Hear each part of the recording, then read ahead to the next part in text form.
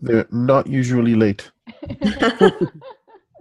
No, literally, they're usually not late. I didn't mean it that way. It's so funny. Hello. Oh, Hello. hi. Hello, everybody. So is everyone going to be on? Does it look like? Most of us. There are a couple of us that won't be able to make it, but then we're going to send them recording if that's okay with everybody. Yeah, Rolly, for your benefit, just to let you know, my wife, Irina, I-R-I-N-A, is with me. Oh, wonderful. Yeah, we updated that. Yeah, that's done. Yeah.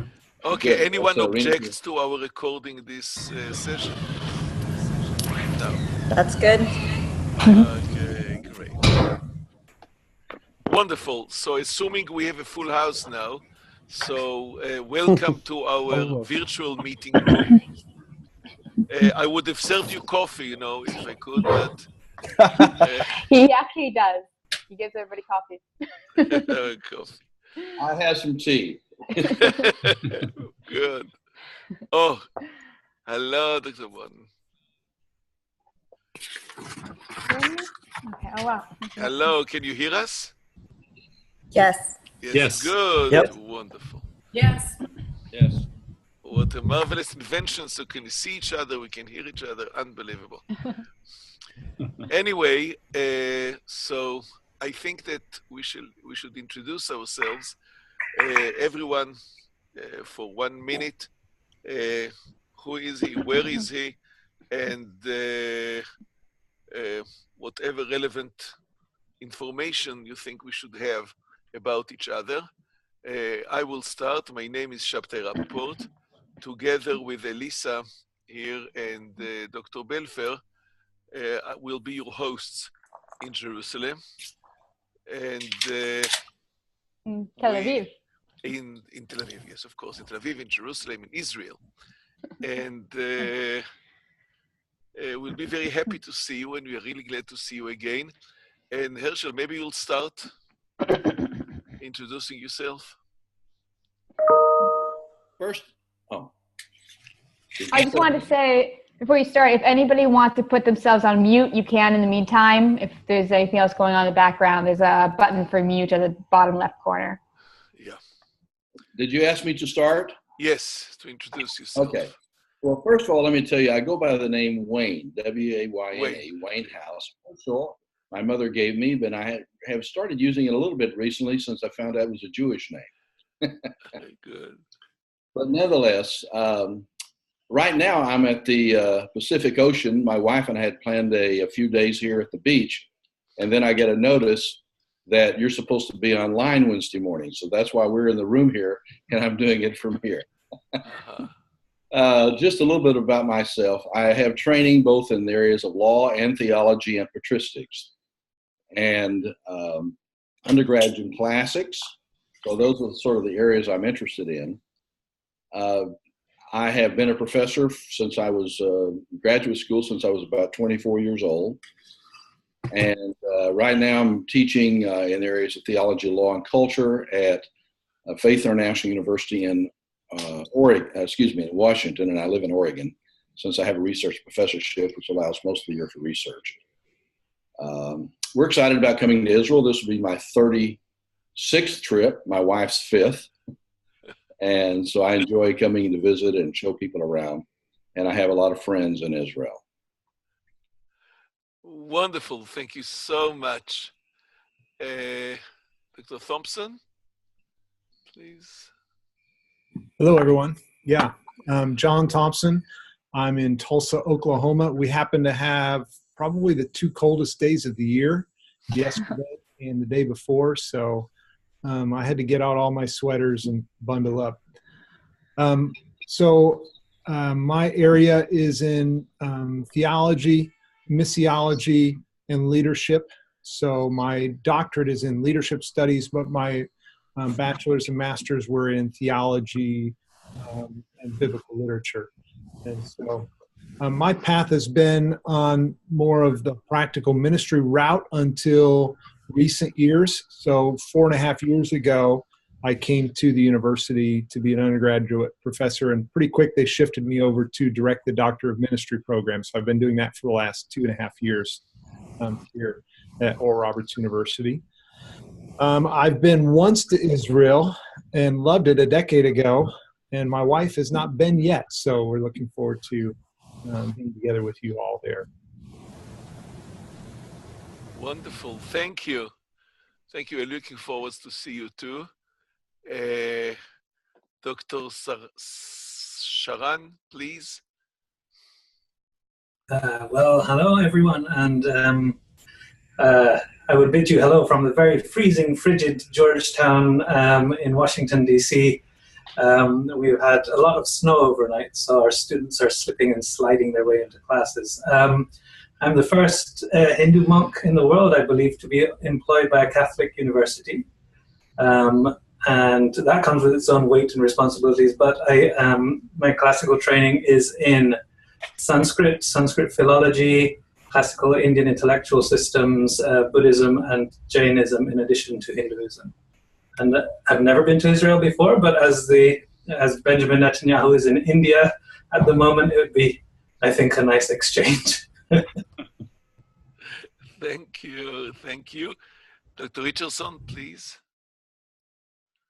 Thanks. Great to be with you all. I am Associate Chaplain here at Baylor University in Waco, Texas, and it's also quite cold here. I did my Master's of Divinity here at Baylor, and then that was in the late 90s, early 2000s, and followed that up with a PhD in behavioral science, specifically looking at religious minorities attending Christian universities and how the specific issues that arise in that minority population and ways in which the Christian university can better facilitate those relationships. I have never been to Israel, and my wife is also an associate chaplain. She actually is also going to accompany me. She has her, in addition to her Master's of Divinity, she also has a Master's of Educational Psychology and Counseling. So she is our chaplain in charge of all the pastoral care that happens here at Baylor. I've been here on staff for 17 years and looking forward to this adventure together. I have 3 sons. My middle son, if his passport comes through, then he'll be there with me, just hanging out with my wife, having a good time while we gather together, but you'll all enjoy him as well. Wonderful, wonderful. Thank you. Dr. Benson, please. Hey, I'm Megan Benson, and I am the chaplain at Duke Divinity School. I arrived at Duke back in 1999 to be a student and never wound up leaving. I spent actually several years working for the Chief Information Officer at Duke, which is sort of one of the senior administrators for the university. So I think during that season, I kind of learned a lot about the interests of the university. I spent almost a decade at Duke University Chapel as the director of worship. So I've definitely been a little bit more on the practical side of things as well, although these are deep areas of interest for me. My entire professional ministry has been in a university setting, and I really sort of have loved both engaging with undergrads and now divinity students. So my husband actually, ironically, is in Israel right now, but will not be joining me on the trip. We sort of laugh, out of about 4 weeks, 3 of those weeks we are both in Israel, not together. So I'm very much looking forward to being part of it. Thank you. Dr. Stevens, please. Yes, hi. So my name is Tim Stevens. I'm university chaplain at Northwestern University. So yet another chaplain in the group. I have been university chaplain at Northwestern for 31 and a half years, working on 32. So a long time. After seminary at Princeton, my wife and I came to Northwestern with the plan of being here for 1 year. That was 1978. And so we've been here for it's been a long year, let's put it that way.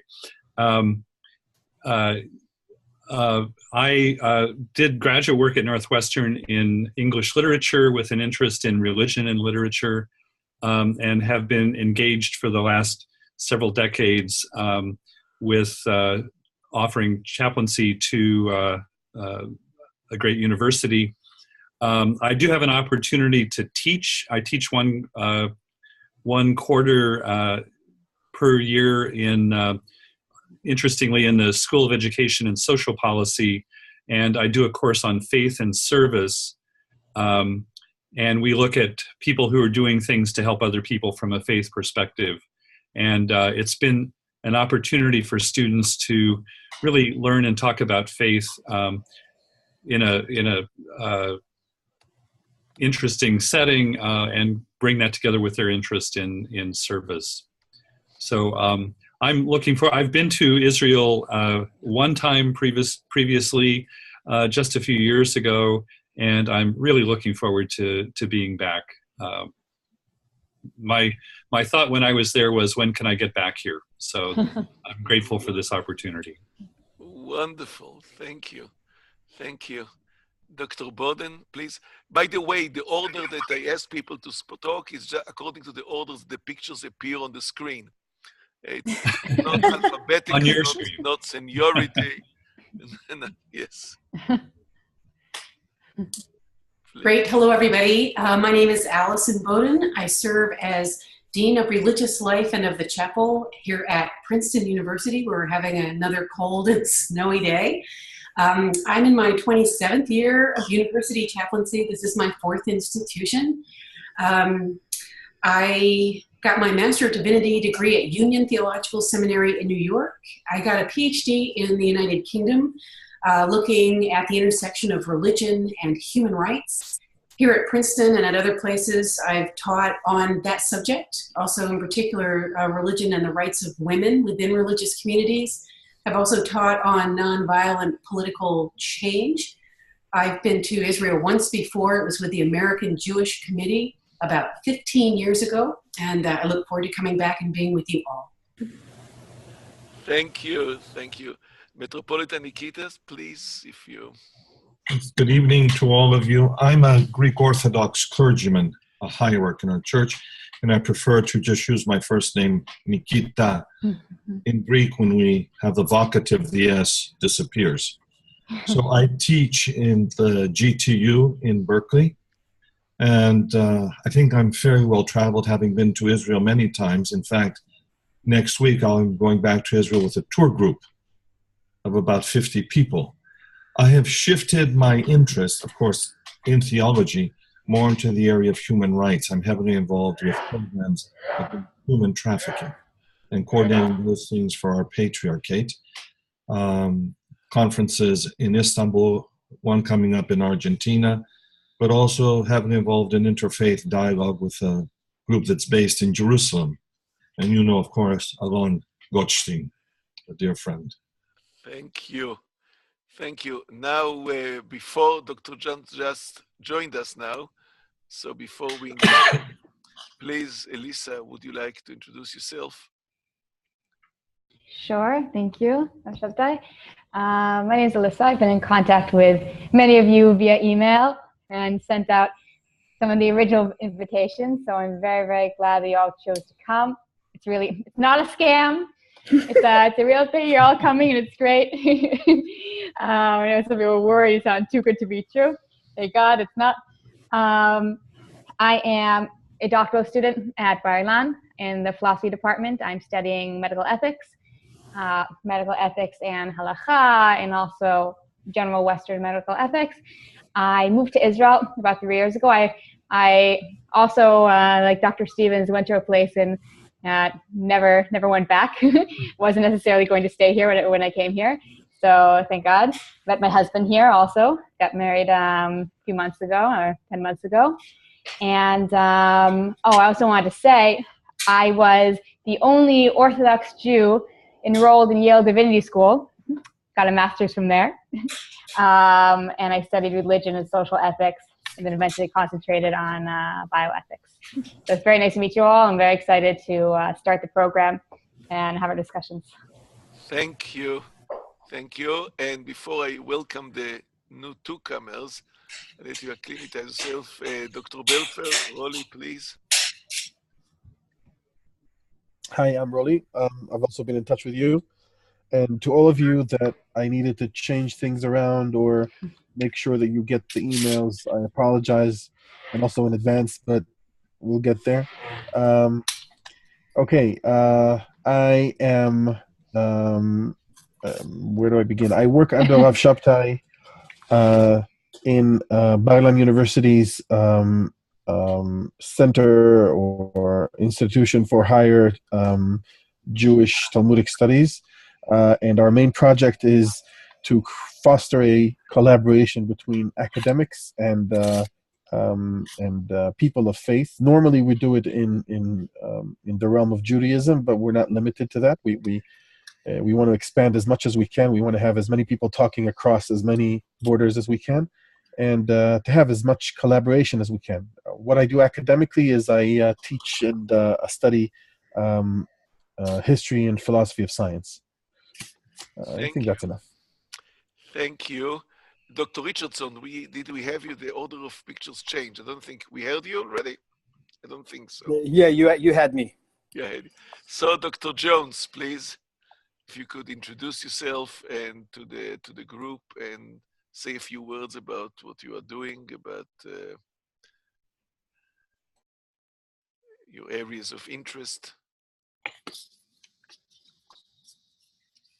I'll check his sound. No, he's not on mute.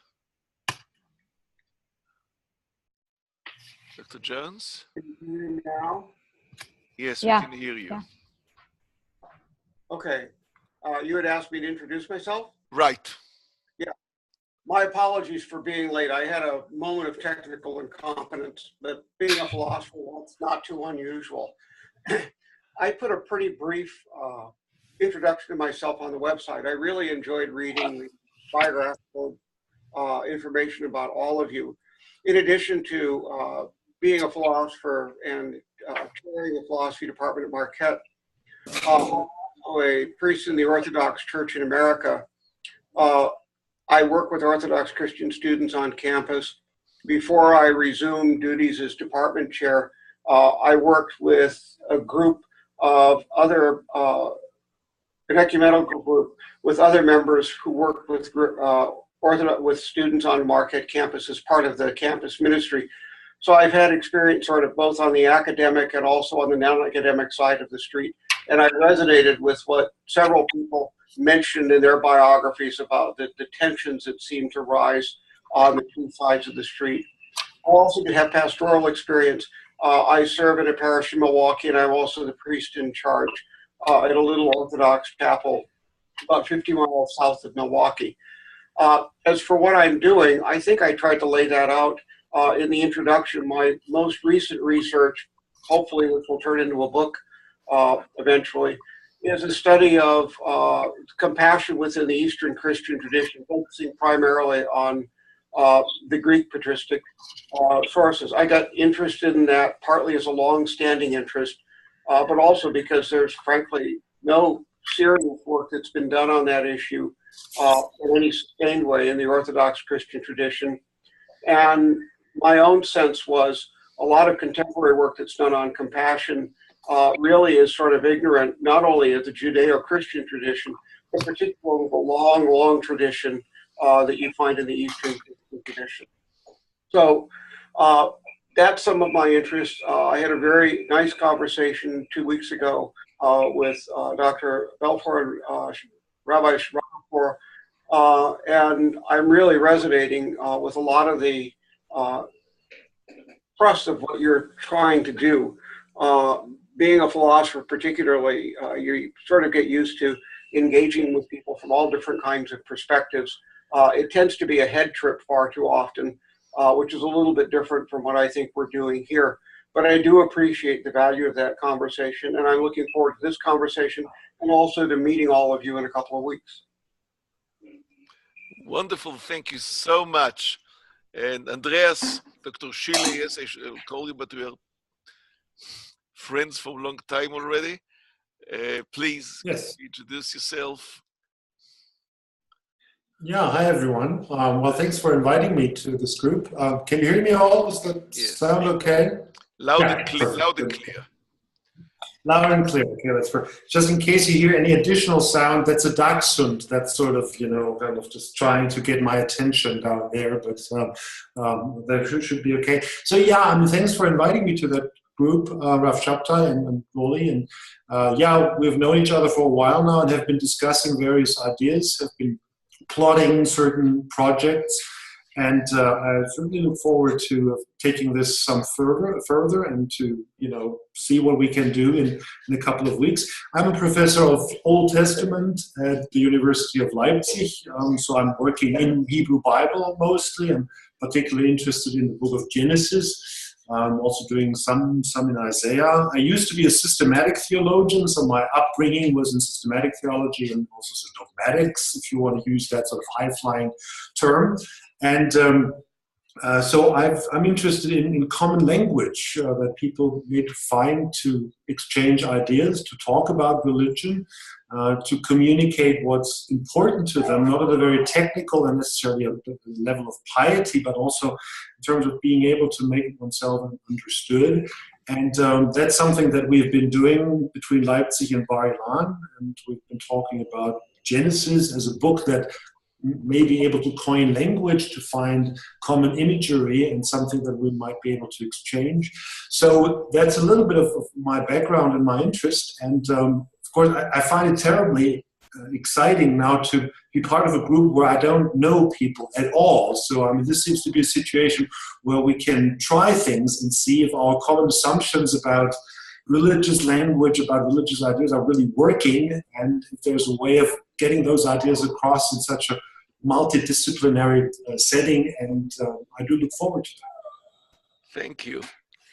Thank you. As for me, I had the High Advanced Torah Institute in Bar Ilan for the last 10 years. And what we are trying to do, as Dr. Shule said, is to find common language between sciences and religion, sciences and law, Jewish law, religious law, sciences and understanding of faith. And we see that actually, if we believe that ideas could be used as metaphors and they go across the board, so it's very easy to, it's very interesting to have some interdisciplinary discussions. And what you gain from that is you understand yourself better and you can make yourself understood better. This is the idea of, I think, the idea of our conference, our colloquium. We all stand in a very, I think, in the most important junction of this time, and this is the junction between faith and academia, between faith and secularism, between faith and non-commitment, between faith and commitment only to individual pleasure and individual rights and individual, no one will tell me what to do. Even people that choose to, at least in Israel, to adopt a few religious, even Orthodox practices, they say, I want to do it the way I want to create my mixture by myself, don't tell me anything. So, it's far from developing one language. We are actually like in the Tower of Babel, that all languages are mixed and no one understands each other. At least there is one sentence that everyone understands: don't mix with me and I'll not mix with you, and that's it, finish talking, end of conversation. As far as commitment, faith goes. So we thought that bringing people across many religious doctrines and have them talk together, we can distill something. I don't think we'll do it in this conference. I think it should be a start that will have a continuation afterwards, but I think it's a very powerful group we have here, and together, really together, not divided, together we should try to make a change and to make people talk to each other, understand each other, and understand the meaning of faith and commitment. That it's not a threat, it doesn't lead to tyranny. It's actually very natural, very human, and actually, if we talk about individual life, it facilitates them. It doesn't invade your individuality to share faith and to share commitment. Or maybe if it does, maybe it's worth it. I don't know what your opinions are. Now, something about the colloquium itself. We are going to have our days will be divided to sessions in which everyone will be invited to share his thoughts with us, either in a full presentation or in shorter one.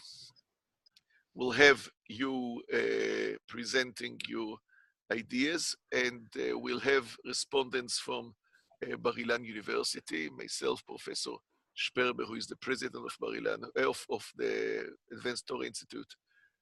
You'll meet at the first evening, and the campus rabbi of Bar-Ilan, who is really in the practical front of religious life in Bar-Ilan, and other people. And I think it'll be very interesting. I think every one of us will leave the conference with new understandings, new insights, and especially commitment to cooperation, to further cooperation. Now I would like to make another round and to ask you, please, just in few sentences, to suggest what you want to present in general terms. What do you want to present to us? What do you want to share with us, so we could place it in the schedule according to some logical order, in some logical order that ideas will develop and be clarified. And then this will also serve, as a beginning of the discussion. So we'll start now and try to talk to each other across the context, across the virtual space before we meet face to face. So if you care, when you started, would you like to start again? Well, I think probably what I'm going to say relates to what we talked about when we had our initial conversation a while back. I have a lot of interest in life, but I am especially interested in the question of hermeneutics, epistemology, those kinds of questions. And so I think what I'd like to talk about, particularly since we're discussing the issue of a secular institution versus a religious institution, and whether one is merely faith, the other is only knowledge, and talk about the issues of knowledge and truth and meaning. And I think those are the questions, because if a person in a secular institution says those in a religious institution really have nothing to say because they're just simply believing things, even if they can't prove them, I think the discussion has basically ended. But I think if we can recognize that every individual, whether that be in a secular institution or a religious institution, are coming from some of the same bases. All of us as humans only have certain abilities, and how do we come to know what is in fact true if we can? Can we actually have knowledge, sensia, science, whether we will be people of faith or people who are possibly even have no faith whatsoever in the sense of a religious organization or a religious view. And so I think these kind of discussions on the nature of knowledge, truth, and meaning are the things I like to develop. That's where I'm doing most of my work. And so I think that that could probably further the goals you have in mind to discuss those. Thank you. Thank And you. may I also ask, would you like to have this in the form of a discussion session, or would you like to do it in a different way? What's your preferable mode of approaching this? Our alternatives are a shorter presentation and then discussion in the group, or a longer presentation and shorter discussion. It's up to you. What do you prefer?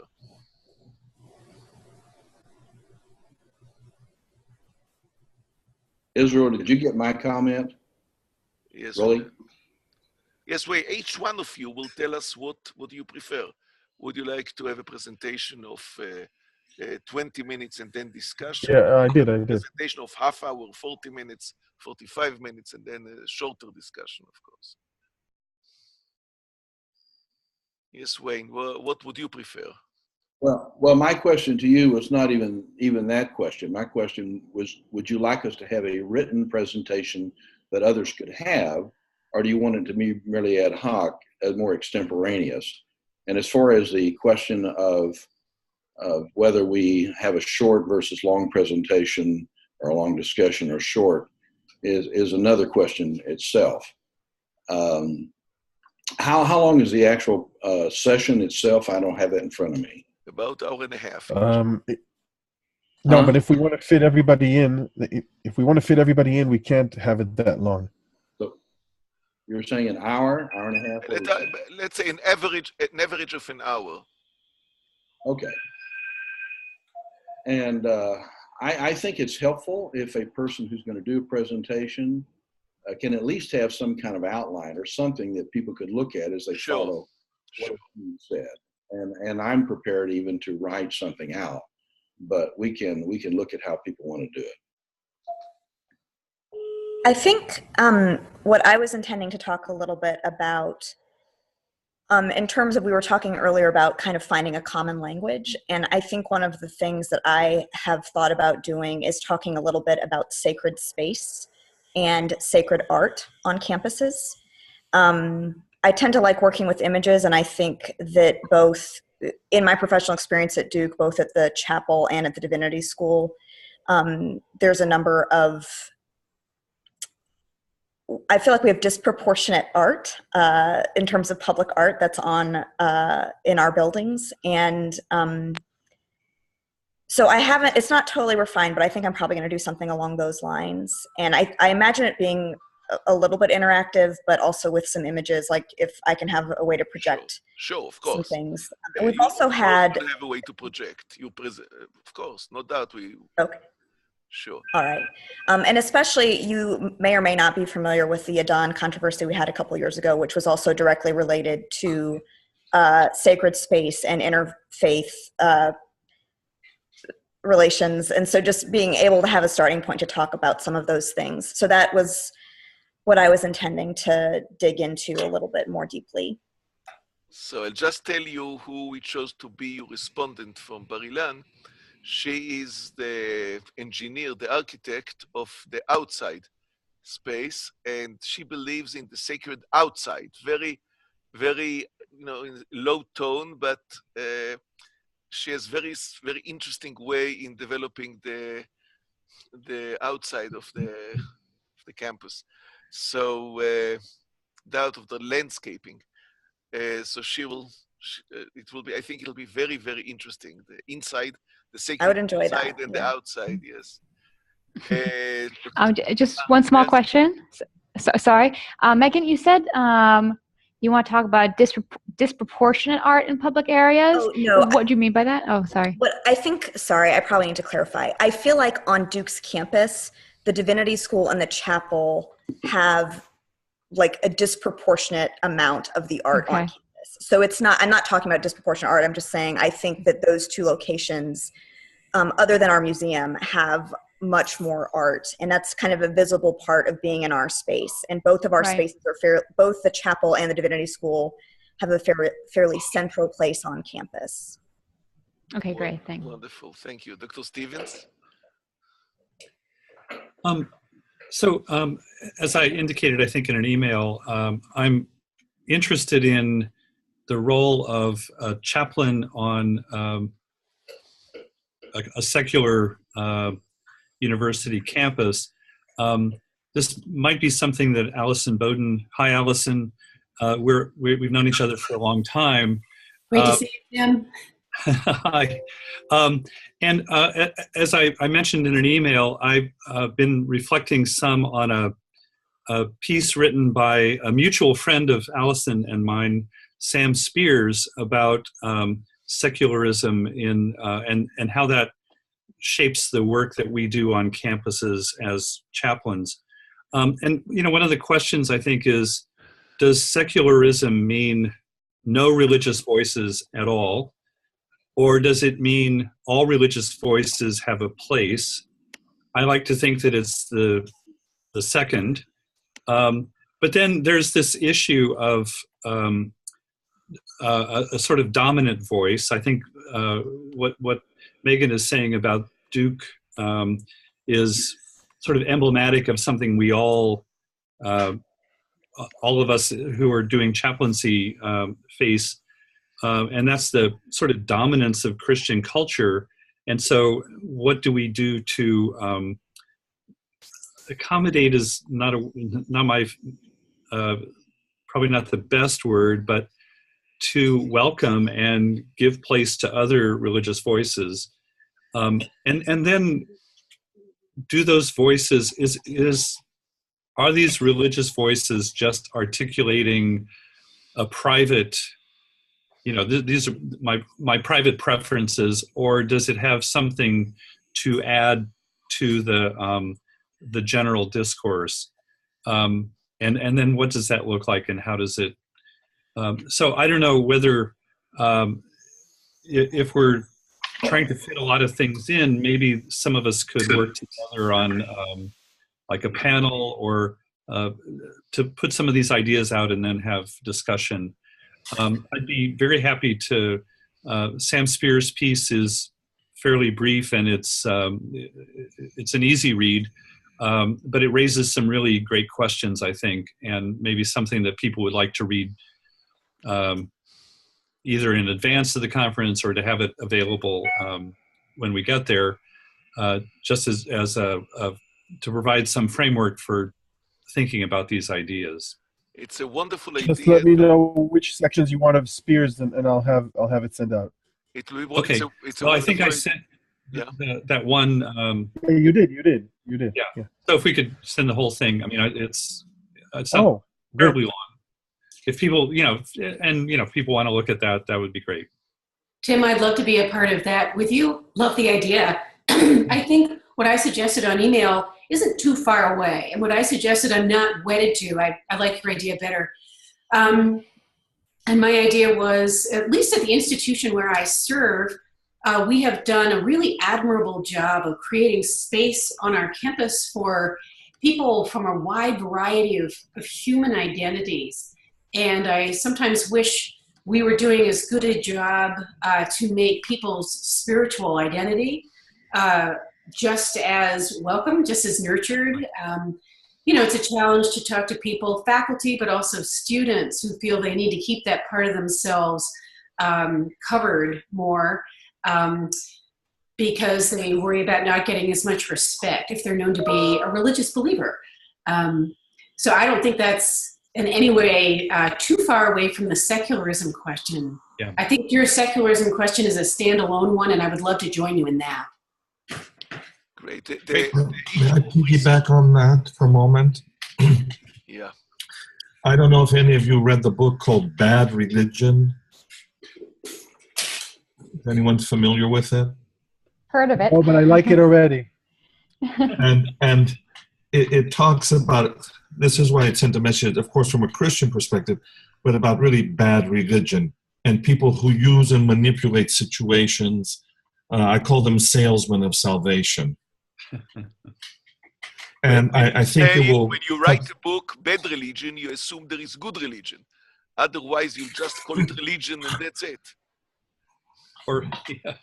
But I think it will come into this as well. It's well worth reading. So okay, sure. You have the time and the energy. Sure.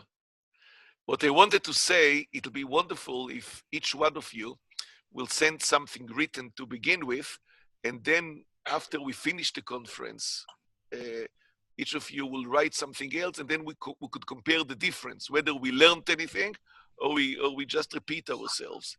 This will be a real great thing to judge. I just ordered Bad Religion on Amazon. The second? Yeah, as we were talking, because I've heard of the book and I want to read it. It's worth reading. I also wanted to add, I don't know what Rav Shabtai or Rolly think about this, but because we do have a lot of different topics and everything, that after this discussion, we can see which topics work well together or are discussing similar issues, and kind of have people talk together in a discussion on similar issues. So we can find a way to make it work. So just bring up everything you're interested in, and we'll try to make it work. Dr. Thompson, please. Yeah, I'm sorry. I think there were some email threads that I was not a part of previously. So as I've been thinking about the conference and the topic, what really I think is of interest to me is leading a discussion on this whole idea of secularism and how that developed in the West, how it moves from really academics being a part of the religious institutions, and then it moves away from the religious root and takes on a secular orientation, and how, in particular, I'm thinking about how different religious traditions contributed to that. In particular, my own tradition of being in evangelical Protestant and in the Pentecostal world, how there's been an anti-intellectualism in our past, and how we're trying to move away from that. So we sort of moved to the outside, and now we want back in. And so how that all plays out, and then thinking about that from not just my religious perspective, but about the different religious perspectives that we represented in the colloquium.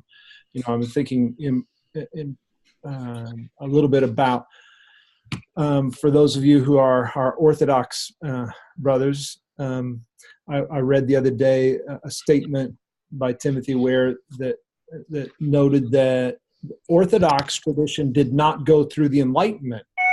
Well, the Enlightenment has really helped foster this secularism. So I'd love to flesh that out in our discussions together, explore those ideas. You know, I come from a tradition that really privatizes faith. Other traditions, it's much more of a solidarity. It's about actual cultural identity. And so how does this play into this whole discussion of secularism and the academy, et cetera? I would like if you could consider also adding the sense of community of commitment to one's community in the in religion that promotes individuality. Meaning, is it a contradiction, or on the contrary, it facilitates commitment? The fact that we all understand that religion is individual, even within our religious doctrine. All right, great. I would also just say, Dr. Thompson had to be careful in this context and describe what kind of Orthodox you mean. Yes, I meant Eastern. The Greek Orthodox, the Jewish Orthodox. Yes. Okay, Dr. Richardson, please. Yeah, thanks. I've been taking copious notes here, if you see my head down writing. Yes. I think most clearly in statistics. So all of my PhD work was quantitative. And so I think in large groups of people, large numbers, and try to make conclusions based upon those numbers. And when I think about academic secularism, it makes me go quickly to the research on diversity in higher education, that students who feel, because they're ethnically and culturally different than the majority, that when they're encouraged to bring that out into the space, but not only just to be authentically who they are, but to contribute to the learning with their own identity. That enhances learning for everyone in the group. What has not been done extensively is there hasn't been good writing on the topic of encouraging religious identity difference within faith-based institutions, specifically for the purposes of enhancing successful outcomes for the whole.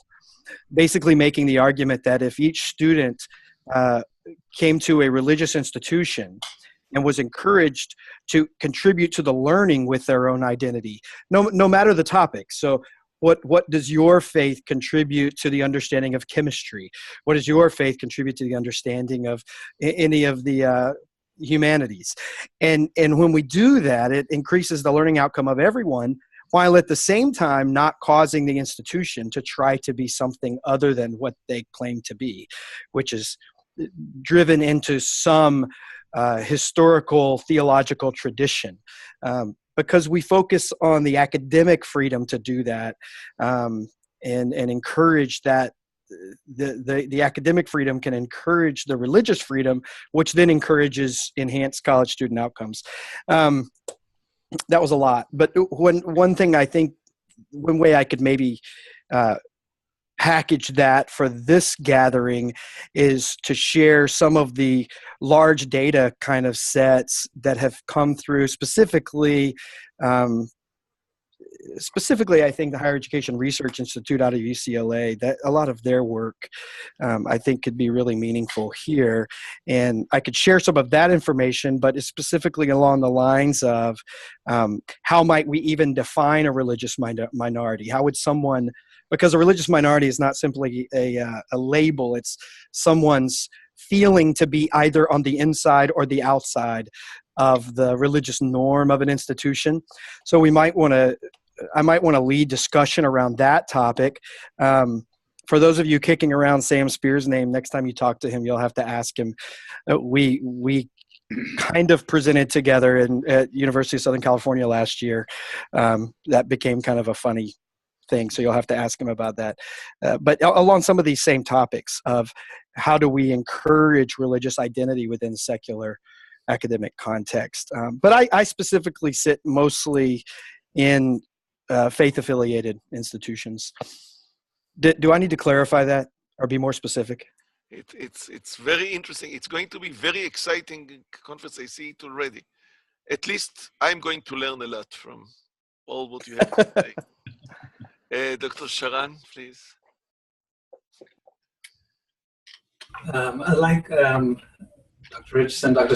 Thompson's, I was also absent from a couple of these email threads. However, what I'm hearing, especially from Princeton and Dr. Stevens over there, is something that it mirrors a lot of my own research from when I was doing my master's at Oxford, but then it played into the role that I had at the University of Edinburgh during my doctoral studies as the honorary Indo chaplain. We actually presented a panel at the Parliament for World Religions in Melbourne a while back on what multi-faith chaplaincy can bring to secular universities. And it, again, is speaking to both of the issues that were raised. And funnily enough, for the Toronto iteration of the Parliament, we will be presenting there again 10 years later to see how these things have changed with the changing landscape of the world. That was one initial thought I had. However, what I'm finding more and more now working in a Jesuit Catholic institution that Georgetown is, and as you all may know, Georgetown is the black sheep of the Catholic world, being on the forefronts of all sorts of problematized issues. I would like to broach the subject of the interest in modernizing and how that affects the practices and the orientation of the practices that are being presented to students in higher education. For example, the Jesuit examen has been now turned into a mindfulness, an alternate Christian mindfulness practice. which is borrowing from sometimes Buddhist traditions of meditation, sometimes Hindu traditions of meditation, sometimes Christian, forgive me for that, iteration of meditation. And it's turned into a problem that the Jesuits on one side are having problems with, the faculty on the other side are having problems with. And it's just a very interesting, I think, example of a trend, for example, yoga or meditation in general. I think it's given our interest in sparking spiritual awareness in our students, I would definitely like to explore the borders and the contours of this issue. Wonderful. Thank you. Thank you. Dr. Jones, you sent us already, you were very kind. I think you were the first that sent us your intentions and your presentation. Would you like to add to that or to? No, I can give people some general idea of what I had in mind if people don't have it. We'll send it around. Sure. Oh, then I think if you want to send that around, that's fine. Basically, the theme is going to be compassion, dialogue, and pluralism. It's going to maybe take a slightly different focus from a lot of the themes, but I hope you'll find it to be complementary. Great. Dr. Boden, please. I don't have anything more to add than I did in responding when Tim was speaking, either adding on to a secularism panel or, as I wrote to you all, and a number of you have glanced off it, also the question of creating campus cultures that also make space for people's religious identities, just as we are doing with other aspects of human identity, at least at my campus, doing very well.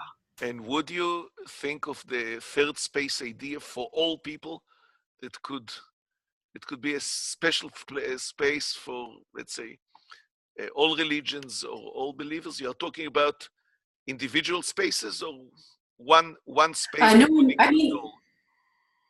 I mean the whole university, sorry, as a space that's really welcoming to people of every religious and spiritual perspective, including secularists, agnostics, humanists, but so that people, particularly people of faith, don't feel that they need to keep that aspect of themselves under wraps so as to gain more respect.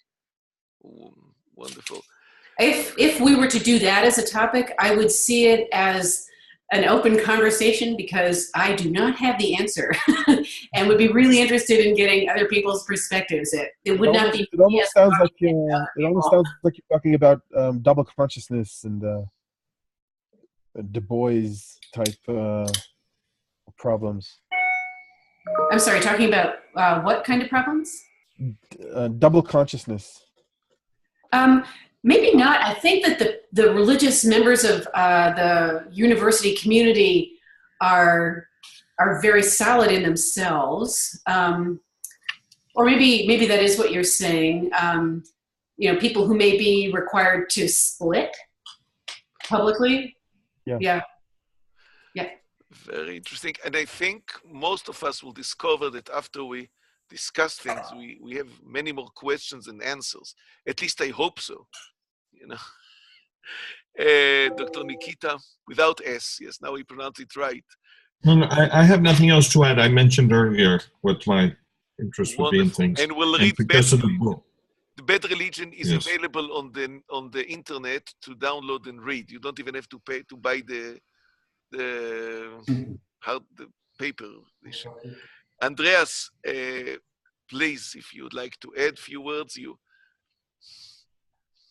Perhaps, my perspective might be different as a biblical scholar, but on the other hand, I'm also a pastor here in Leipzig at the Thomaskirche. So one thing that we do both at the university and in the church setting is to train future high school teachers in religion. And one of the particularities about that in my world is at least we have students who have basically no background in religion, Christian religion for that matter, but who want to become high school teachers for religion. So they're basically interested in exploring that and even teaching that without having any clue, which is a new thing, So we are basically facing the task that we have to teach them their tradition in non-traditional terms, which is really an interesting thing to do. So it's not typical, atheism or something like that anymore. It's a more relaxed approach to things. This could be very interesting.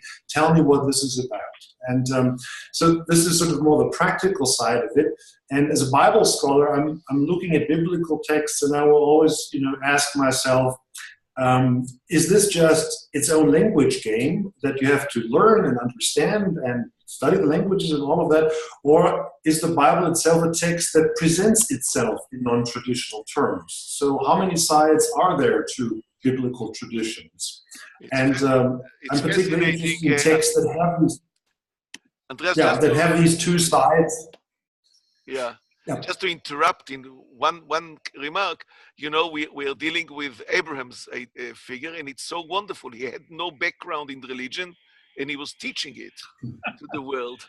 Yes, it was just. Which is what I do. I don't really have much of a clue. No, but that's my interest in. Do you have to in a sense, translate the Bible into a different language game that makes it easier or simplified or something like that, or are there different layers within the biblical traditions that might be, helpful in that regard? So that is a very put in there. Can I make a comment? Professor, I have been working on a law review article on the difference between teaching religion and teaching about religion in the public schools. So I don't know if you'd have an interest in looking at that or not. But yeah, absolutely. Yeah, that sounds. I don't know how it applies to Germany versus the United States, but. Well, I taught in the United States for 8 years, so I have a little bit of that background too. And there are differences, but there are also commonalities. I think there's a way to resolve that problem that a lot of people don't want to talk about. Okay, several of you asked to be excused after an hour and we are approaching it. So I would like to ask you, everyone that wants to write something to us, please send it to us, and I'll ask Rolly here to combine it and send it to everyone else. So anyone that would like to be aware of all the previous mail threads and discussions and ideas, it'll be available. We don't force. And this includes both stuff that you want to write, or what? This includes both stuff that you want to write, or sections of the books that you mentioned that you think are pertinent, and so on. Yes. Also, Dr. Nikita, if you would like, if you want to highlight from the book Bad Religion anything that you think we should all see, we'll. I loved Bertrand Russell's book when I was a kid, Why I'm Not a Christian. This was, I don't know if you read it, it was amazing eye-opener for me personally. Okay, so we shall end here. I think that maybe we should try to find another hour before you come to Israel, maybe in the next week, just to spend another hour of free discussion. Now, you can, as you saw me doing, you can just burst into the discussion. We can do it in an orderly way, but this is actually, the platform works as a real classroom. So you also have a raise hand feature, but I never saw anyone uses this feature. Anyone that wishes to talk simply jumps in. Nobody uses it in Israel. No place. No place. So, okay, thank you very much, and thank you all for joining us. To Andreas, thank you. Us in Israel, it's a good evening, good night, and to all of you, it's a wonderful day, and we'll see you. Maybe we'll see you again next week, if possible, on the Zoom. Thank you so much. Okay. Thank you, guys. Thank you. To be with you. Thank you. Goodbye.